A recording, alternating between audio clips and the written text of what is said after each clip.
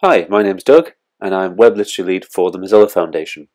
I'm going to be talking about 4 things: Mozilla, Webmaker, the Web Literacy Map, and how you can get involved.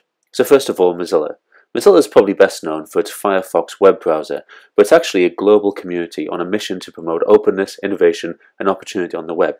Watch this video to find out more about Mozilla. In the beginning, the web was simple, connected, open, safe. Designed as a force for good, it would become something far greater. A living, breathing ecosystem in service of humanity, a public resource for innovation and opportunity, a place to build your dreams. But in those early days, like any ecosystem, the web needed nurturing. As it grew, users faced new challenges: pop-ups, viruses, a lack of choice, walled gardens of content. The web was fraying. It was slow, complicated, scary. Users began to ask, is this it? Or could the web be something better? A small group of people, coders, designers, idealists, believed it could. They had an audacious idea that a tiny nonprofit and a global community could build something better and force new ideas and innovation onto the web. They called it the Mozilla Project. They began by making a new kind of web browser, what we know today as Firefox, and they made it a non-profit, so it would always put the people who use the web first. Okay, so that's Mozilla. What about Webmaker? A Webmaker is the tools, resources, and community to help people teach the web all around the world. We've got 4 tools at the moment. X-ray goggles allows you to see building blocks that make up the websites on the internet. You can activate these goggles and inspect the code and remix them and change them however you want. Thimble makes it really simple to create and share your own web pages. You can write and edit HTML, CSS, and even JavaScript, and then save your work and remix other people's. Popcorn Maker allows you to easily remix web video, audio, and images into really cool mashups that you can then embed on other websites, and it's doing it on the fly.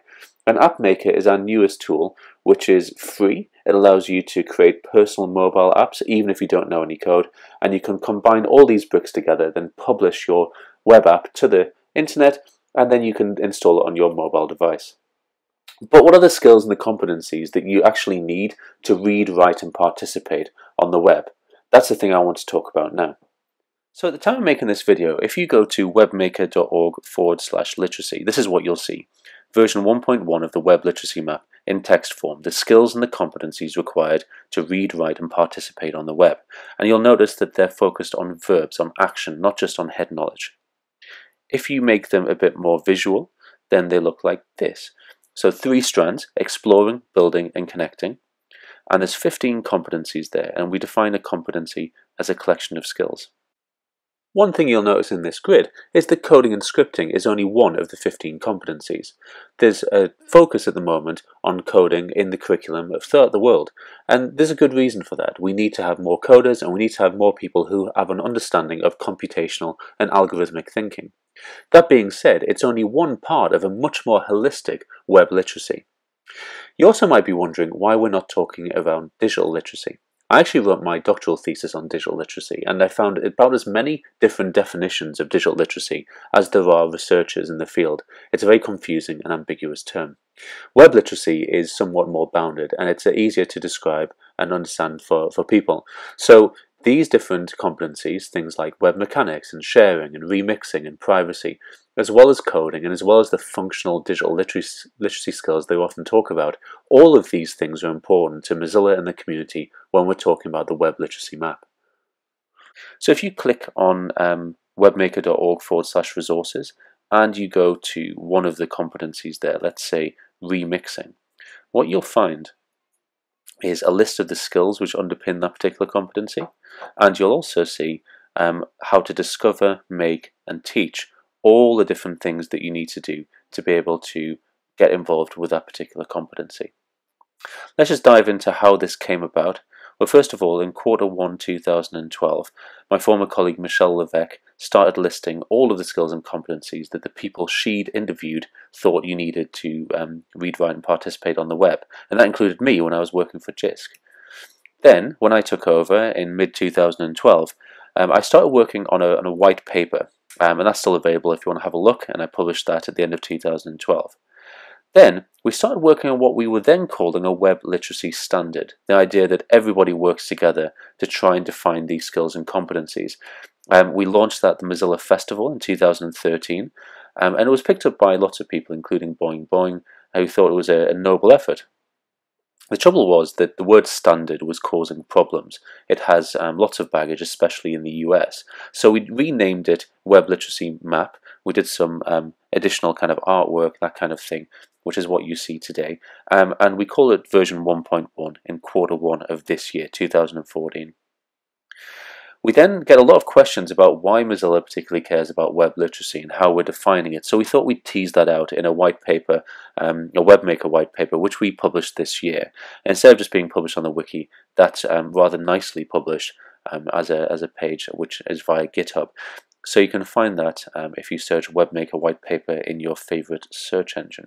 And what we're planning to do next is to work on a web literacy map version 2.0. Now at the moment that doesn't look too pretty because it's just on the Mozilla wiki, but great things are going to come of it in 2015 once we put all the different bits together, much as they did last time. So here's what we've done so far. We've interviewed, again, lots of stakeholders, people in academia and schools and after school and industry and that kind of thing. And then we kind of teased out lots of different themes that they were talking about and put them into a community survey. And then we've had hundreds of people who have got involved in answering the questions in that survey in 5 different languages. Then those proposals, which people commented on and voted on a proposal out of 5, were these ones here. So number 1, I believe the web literacy map should explicitly reference the Mozilla Manifesto. At the moment it doesn't. Number 2, I believe the 3 strands, instead of being exploring, building and connecting, should be reading, writing and participating. Number 3, I believe the web literacy map should actually look more like a map than a grid as it does now. Number 4, I believe that concepts such as mobile, identity and protecting should be represented as cross-cutting themes in the web literacy map. And number 5, I believe a remix button should allow me to remix the web literacy map for my community and context. So we're currently halfway through the community calls around that. Some of those, for example, explicitly referencing the Mozilla Manifesto, have been discussed at length, and we've decided to approach it in a particular way, again with reading, writing and participating. And we're going to be discussing those until the end of 2014, and then using that as a frame to move forward in terms of the specific skills and competencies and the way they will be represented for version 2. So the final thing I want to talk about is Webmaker prototypes, which is a collection of stuff that we're currently building. It'll be very interested in your feedback on. So the first one is Webmaker training, which is perhaps the most developed of the Webmaker prototypes. This is something that you can get involved in at any point during the year, but has certain times when there's synchronous things happening, like through a MOOC. The hashtag is TeachTheWeb on Twitter and other social networks, and you can find out how to get better at teaching, the exploring, building and connecting, and also facilitating events. You can get started right away by using the TeachTheWeb hashtag on Twitter or other social networks. You can join us for the community call every Thursday, or you can make something straight away and show the community using one of the Webmaker tools. A key part of Webmaker training is the Teach the Web discussion area. I use this for the web literacy map, and there's lots of people discussing what it is to teach the web, sharing ideas and resources. In terms of resources, the WebLitMapper, another prototype, this allows you to tag things from around the web in the same way that you'd use Delicious or Digo or Pinterest.